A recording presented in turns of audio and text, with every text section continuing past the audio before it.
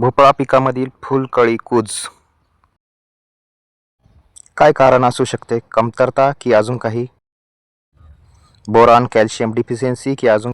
अशा प्रकारच्या कुजीला प्रामुख्याने एक कीटक, त्या कीटकाचे नाव आहे फळमाशी, फ्रूट फ्लाय. फळमाशी अंडे घालण्यासाठी फळावर डंक मारते, त्या जागी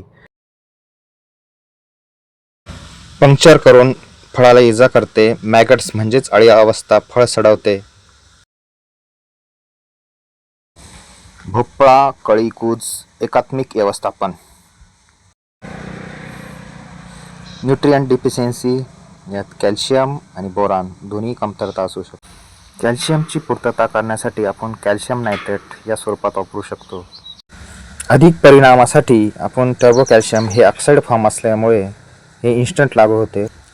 बोरॉन 20% हे ड्रीप किंवा स्प्रेसाठी सुद्धा आपण वापरू शकतो.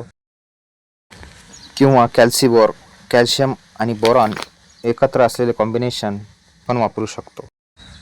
एकरी 500 ग्रॅम ड्रीपद्वारे फवारण्यासाठी 1 ग्रॅम प्रति लिटर. फळमाशी कंट्रोलसाठी फिजिकल मेथड, आपण मेथिल युजिनॉलचे ट्रॅप लावू शकतो. एकरी 20 किंवा त्यापेक्षा गरजेनुसार अधिक लावू. केमिकल कंट्रोलसाठी सुपर कॉन्फिडर प्लस रिजंट या दोन्हीचे फवारणी करू शकतो. धन्यवाद.